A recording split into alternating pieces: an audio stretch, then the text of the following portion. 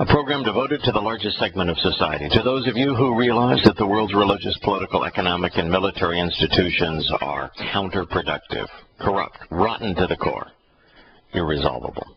I'm Yahowah. Our phone number, if you'd like to join us over the next 2 hours, is 877-376-45.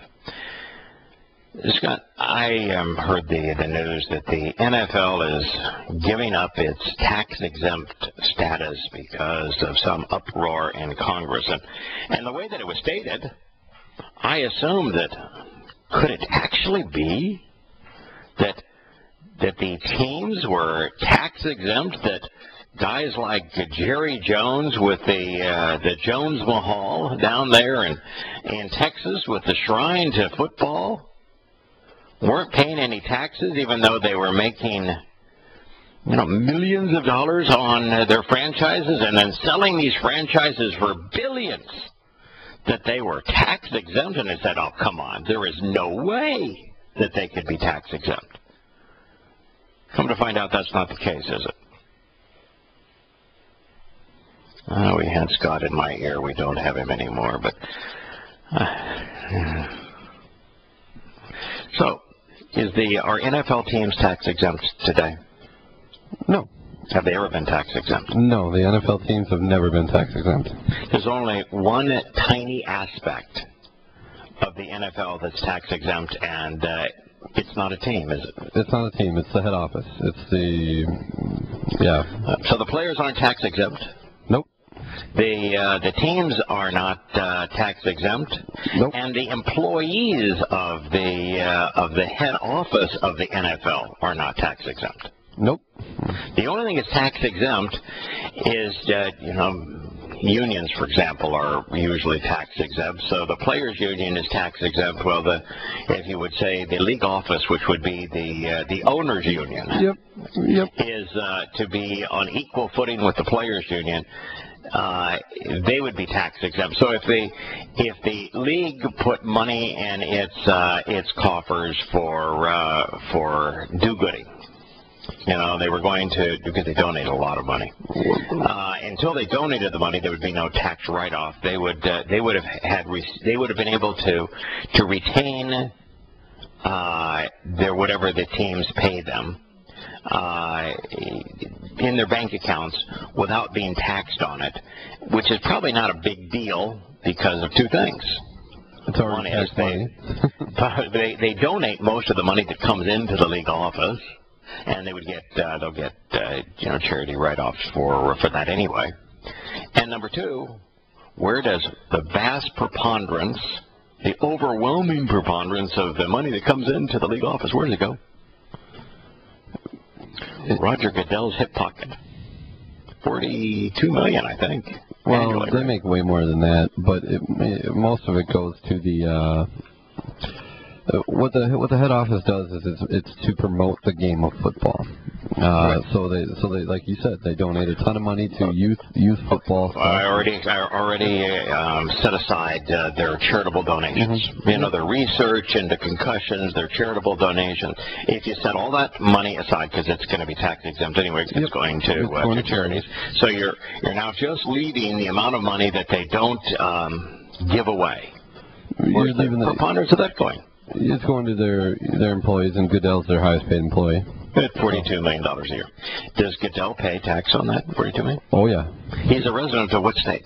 New York, I believe. New York. Son of a gun. So he's paying a little over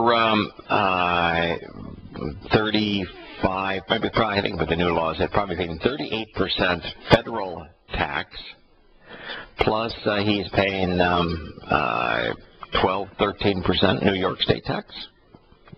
Yeah. So is the federal government and the state government getting about half of what he makes? Right around that, yeah. Yeah, there you go.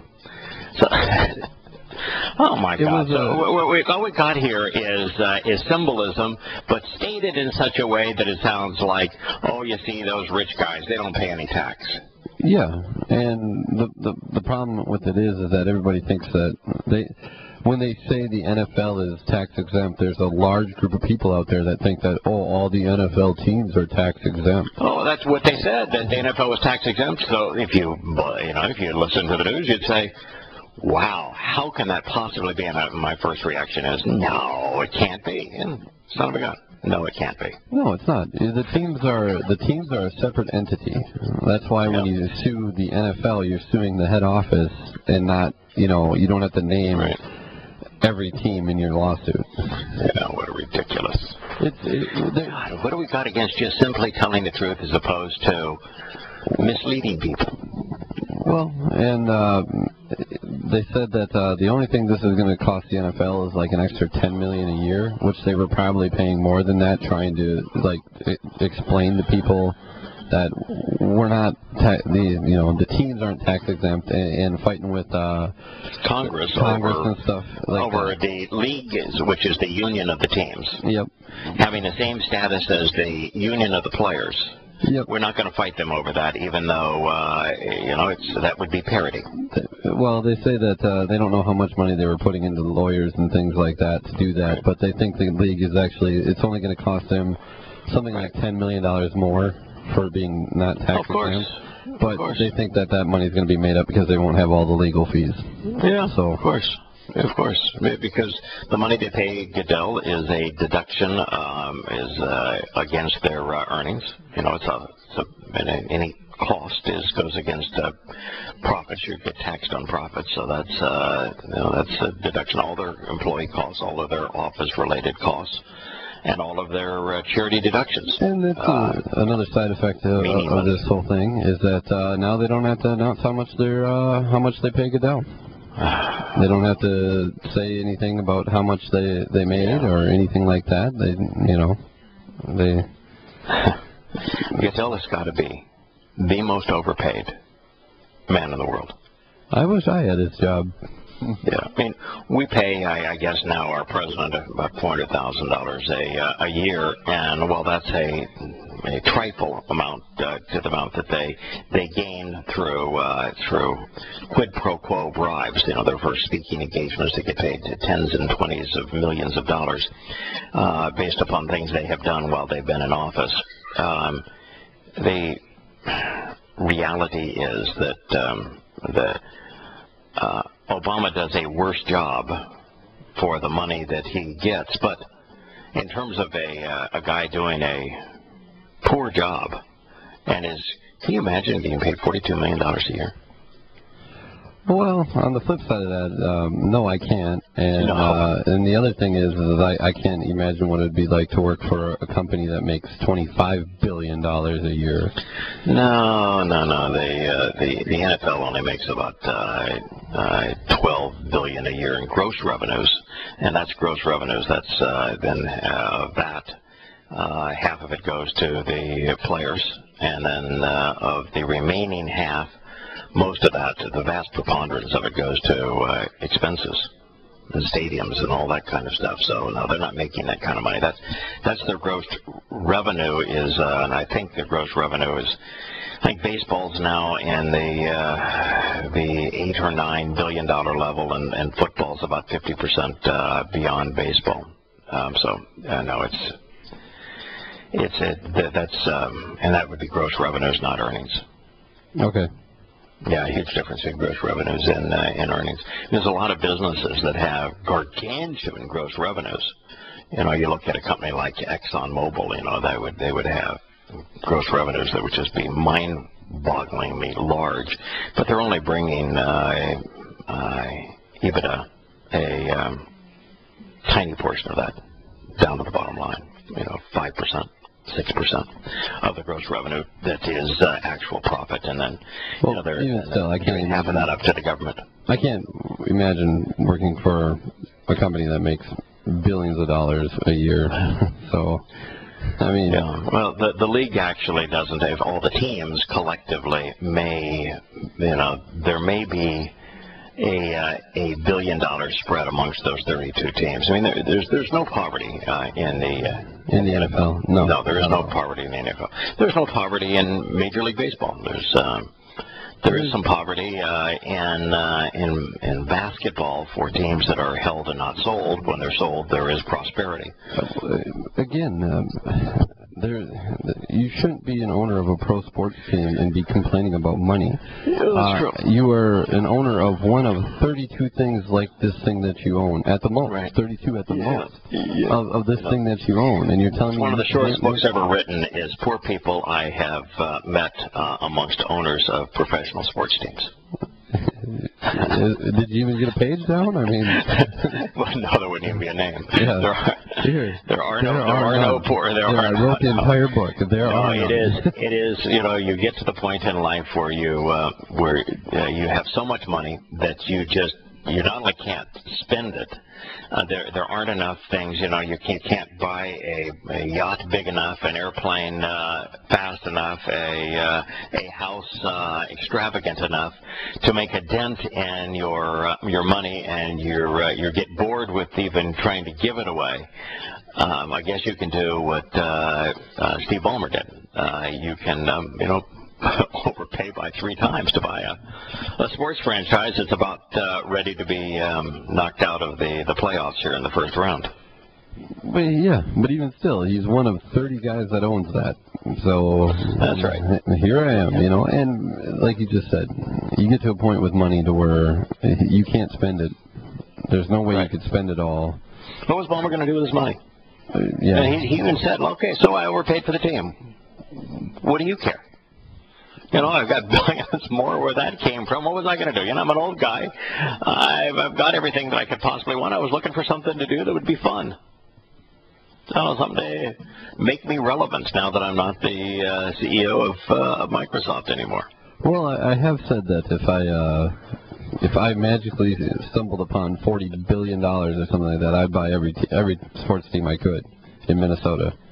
Just because that's what I would do. That's what I'd find. I hope that happens, because I'd get good seats to games.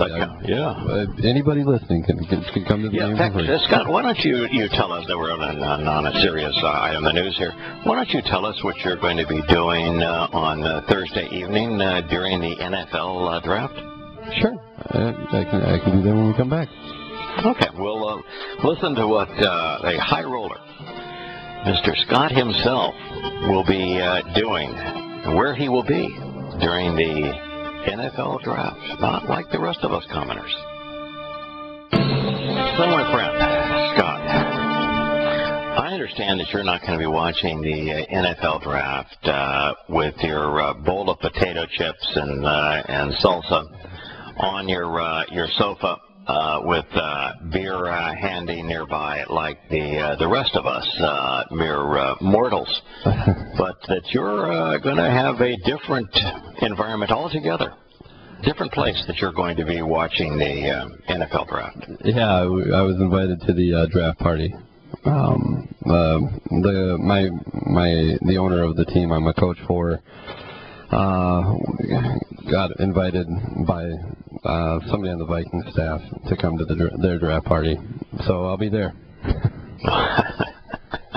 That'll be a different experience for you. That's the biggest draft there is in sports, is the NFL draft. Big, major televised events. They do rounds 1 and 2 on Thursday? Just round 1 on Thursday night. Okay, just round 1. Just round 1, and then Friday is 2 and 3.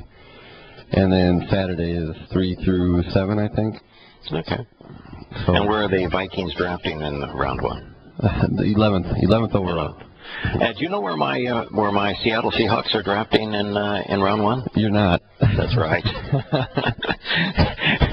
They won't. You traded before. You see, I was invited to the Seattle Seahawks round 1 draft party, which doesn't exist. I'm just kidding. Uncle Pete didn't call. Uncle Pete didn't call, and Paul Allen didn't call. But they're not drafting in the first round anyway. So if you're invited to the NFL draft tomorrow night, I would assume that you'll be getting an invite, and you'll bring on your good buddy to go play Augusta maybe within a couple of weeks. Augusta's now within our reach, right? Okay. I'll rub elbows at this thing, and we'll we'll see where we get. Okay, well, exciting. I still say you're the better option for Augusta, but I don't see anybody handing out invites. After all, they have Condoleezza Rice as a member of Augusta, and I think she is amongst the most despicable people on earth.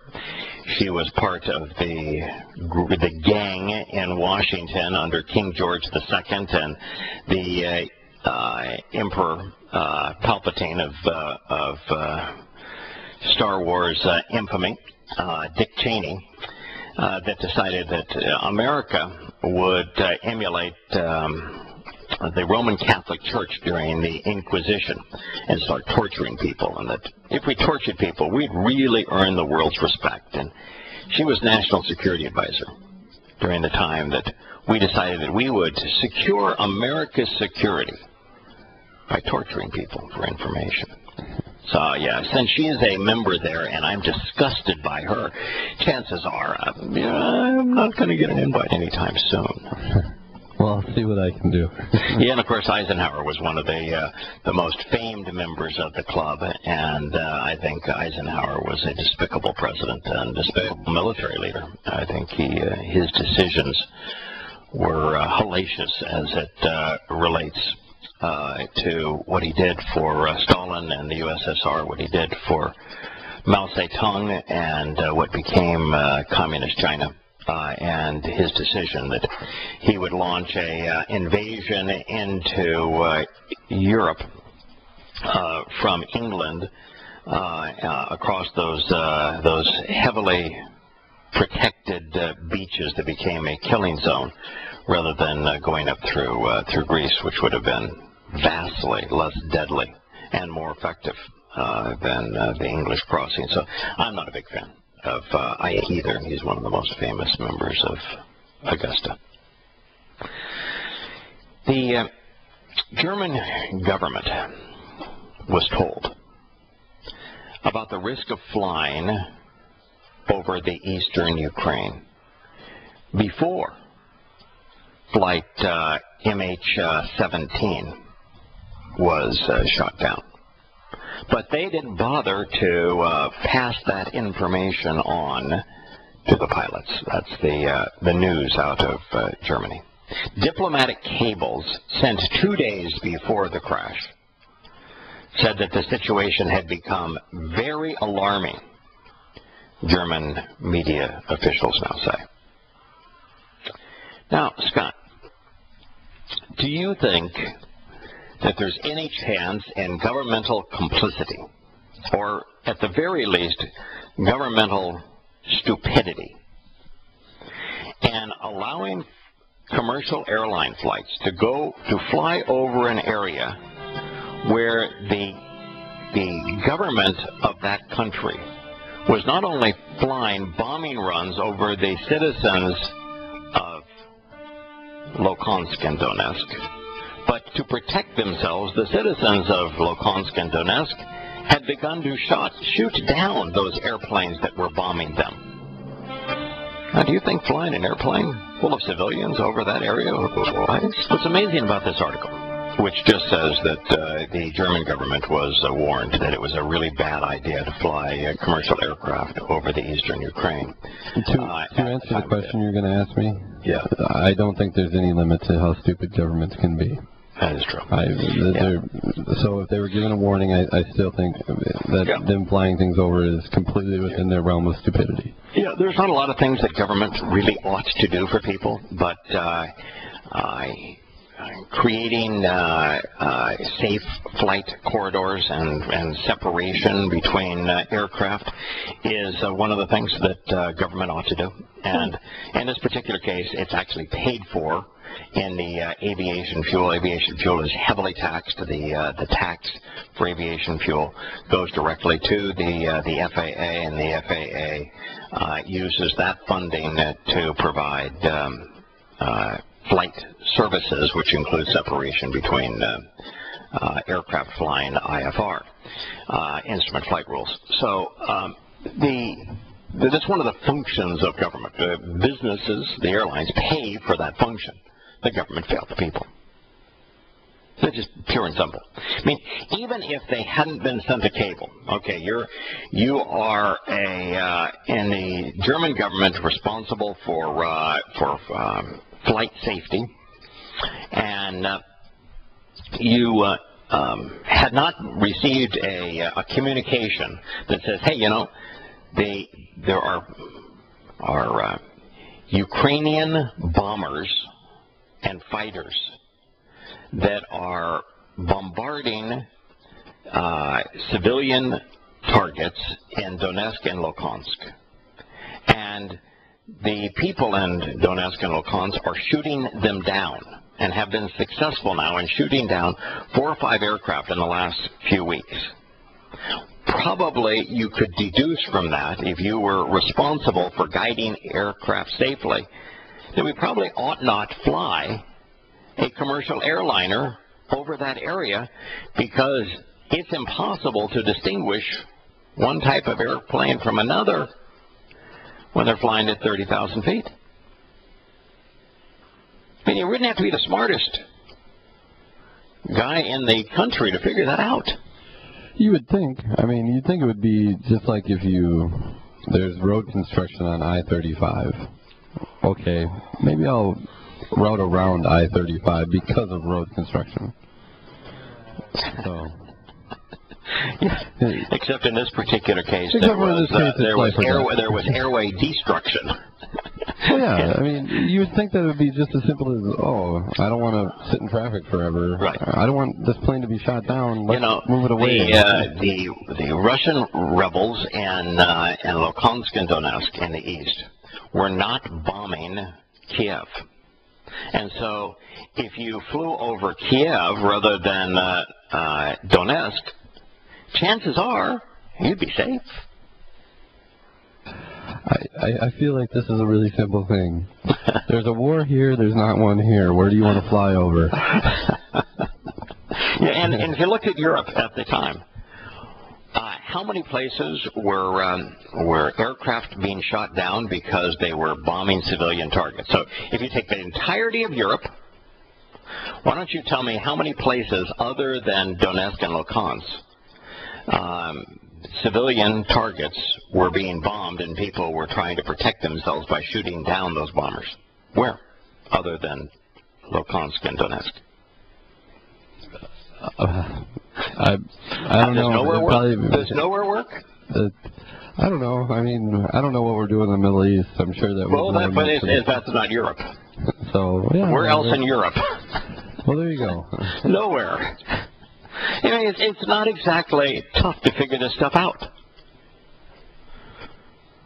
You know, even in the stupidity has no boundaries. There's no boundaries to stupidity. No. If you were to say, no, you're given a free ticket anywhere in the world, and you could go fly anywhere in the world, would you pick a destination in eastern Syria or western Iraq as your vacation spot of the day? No. No. I mean, a little common sense will go a long way. It's just too bad that none of it exists within government, or that the Germans, who want to blame the Russians, don't take responsibility. And by the way, if the Ukrainians were shooting down airplanes because those airplanes were dropping bombs on their civilian cities, whose fault is that? If you were to look at cause and effect, who caused that? Probably the guy that scheduled the flight. Yeah, that would be the Kiev regime.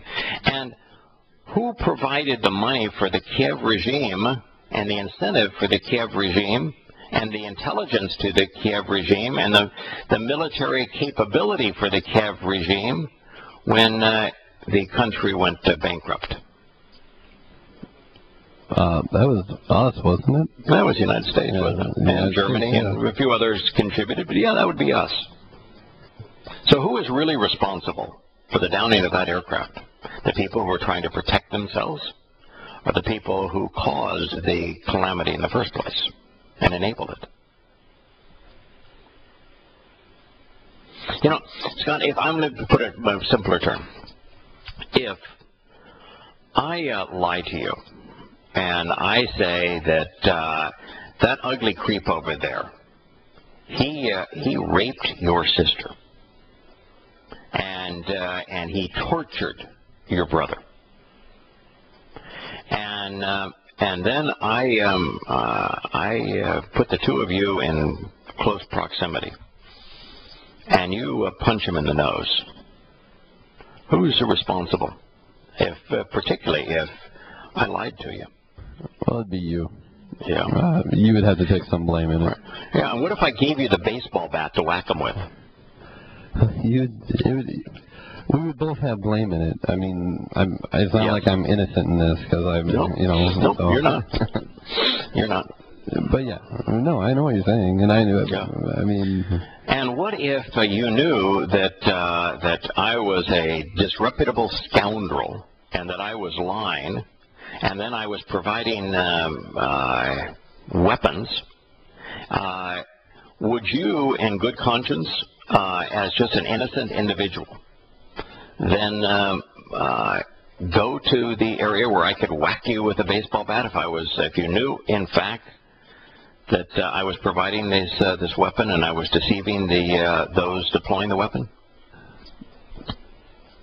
No, I wouldn't listen to you. No, no, of course not. No, so it's, again, we just ought to think our way through things and come to understand cause and effect. Cause and effect is an important thing. Hello, Glenn. You know a thing or two about cause and effect. Yeah. About the civilian airliner, the thing about that though, given its altitude, that thing wasn't taken down by machine gun fire at the ground level. It would have been like a surface-to-air missile, like a shoulder-mounted missile, but they found the fuselage covered with machine gun fire. Apparently, so that was my understanding originally. Yeah, I've seen pictures of the skin of that airplane. And the pictures of the skin of the airplane, the one that was the most telling that they showed specifically to demonstrate what caused the plane to come down, was, let's say the piece was approximated here 5 feet by 10 feet. That's a pretty good size piece. That piece was riddled with perfectly round holes, puncture wounds, and the holes were on average maybe 5 or 6 inches apart. And so there would have been maybe on this thing 100 or so of these holes in the round holes in the fuselage. Now, if you're blowing up a missile and the missile has shrapnel, the shrapnel typically is irregular in shape. Now, is it possible they have ball bearings and the ball bearings all have the same diameter and they all went into the aircraft? Yeah, I guess that's possible. But it's sure the section of the fuselage that I saw did not look like a missile strike. And a missile strike, what you expect is catastrophic damage to wherever the impact of that missile was on that aircraft. You would expect catastrophic damage. And a lot of missiles too are heat-seeking, so they would seek the engines of I think it's a 757, so there's an engine on either side. They would have sought the engines of the aircraft, and so you would never have had a symmetrical pattern of holes in the fuselage. But that's what we... Yeah, exactly. And furthermore, if it was machine gun bullets, some of the bullets would have been lodged in the wreckage of the plane that they would have found bullets lodged in the plane. So and they could have determined the exact caliber of the bullet and anyway. I think the high likelihood on that scenario, and we don't know for certain, but I think the high likelihood is that the Kiev regime, at the insistence of America and other NATO countries, was providing the intelligence, providing the motivation, providing the money for the Kiev regime to bomb the ethnic Russians not Russian nationals, the ethnic Russians in the East that didn't want any part of their coup. And that those in Donetsk and Luhansk, we know for a fact, seized a number of Ukrainian military bases there and confiscated the military hardware, which they knew how to operate because anybody over the age of 40 had served in the Russian military, because 20 years ago it was part of Russia as mandatory service. So they had served in the Russian military, they knew how to operate them, and so they got the Russian-built, actually Ukrainian-built, because the Ukrainian was the primary weapon supplier for Russia. They got the Ukrainian-built Russian equipment from those bases so that A, they could use it in their own defense, and B, so that it wouldn't be used against them. And one of the things that they seized, and it made the press in many places around the world, was one of these Bach missile launchers. And so once the Kiev regime started a regular onslaught of bombings over Donetsk, they put these things in position to protect themselves, and they mistook the civilian airliner for another bomber. I think it's as simple as that. A week or so ago, CNN reported that a teenage Australian jihadist carried out an Islamic State suicide attack, and that he developed hatred for the West over the Afghanistan and Iraq wars before settling what it calls on radical Islam as a vehicle for violent global revolution, according to his blog. Scott, is there peaceful and radical Islam? Is there moderate and extremist Islam? The answer is still no. Yeah, the answer is no. It's always going to be no. It's the same answer every day. I've noticed that. It pretty much comes back the same way every day. Yeah, you know, how many different Mohammeds were there that revealed the Quran and established the Sunnah, or example for Muslims to follow? Were there multiple Mohammeds? A peaceful Mohammed and a jihadist Mohammed? No, just the one. Is there a second Quran that is the radical Quran, since the other one is deemed to be moderate and peaceful by those who are wholly ignorant? No, What is this myth of radical Islam? You know, Lindsey Graham, the senator from I think he's South Carolina. I want to give North Carolina more academic credit than having a nincompoop of Lindsey Graham's character. He announced all but announced his presidential ambitions yesterday, and the plank of it was he was going to use the Reagan strategy of peace through strength to eradicate radical Islam. We were going to go to war with those radicals wherever we found them. Well, Gee. How well did the Afghanistan and Iraq wars turn out for us? Yeah, not real well. We didn't accomplish our goals. We have to keep having to go back. Yeah, in fact, we made bad situations worse in both situations, didn't we? Well, it's, you know, when an empire would conquer a nation, it would conquer the nation, you know. Yeah. We've got like an empire that's ambivalent. It can't decide whether it wants to be an empire. It wants to, but it does. But it wants to, but it doesn't. It doesn't just take things over, you know. Can you imagine, though, what would have happened? What the United States did is we just essentially broke Iraq because the president wanted to be a wartime president. So we went in and broke Iraq. We went in and broke Afghanistan. Who knows the reason why we went into Afghanistan? Because there were no Afghanis responsible for 9/11. And who knows why we went into Iraq? Because Iraq had no affiliation with any Islamic terrorist organization. But we went in and we decided we would invade both those two countries. Imagine what would have happened if we tried to occupy Iraq on an ongoing basis, conquer it and claim it to be U.S. East, the 51st state of the United States. We're gonna conquer them and keep them. Can you imagine trying to impose Americana on that group of Muslims? Yeah, no, just kind of have to go further and have a real grind them down to a real oppressed state, then they'd probably accept it. But well, you can. It is always possible, within certain limits, to be so draconian, to be so merciless that people finally capitulate under fear. So could you create a culture that was free and uplifting, where there was opportunity for the people, and have them not want to kill you at every turn? No. No. They could just make it oppressive and draconian, like they want to make things here. Yeah, that's going to be the universal policy. That you could have done, and what would you have gained from doing so? Access to their economic output. But their economic output fell by 80% post-invasion. Well, that's post-president invasion. If it's been like a real invasion, they took it over. You know, you have the opium. So you want them to be slave labor.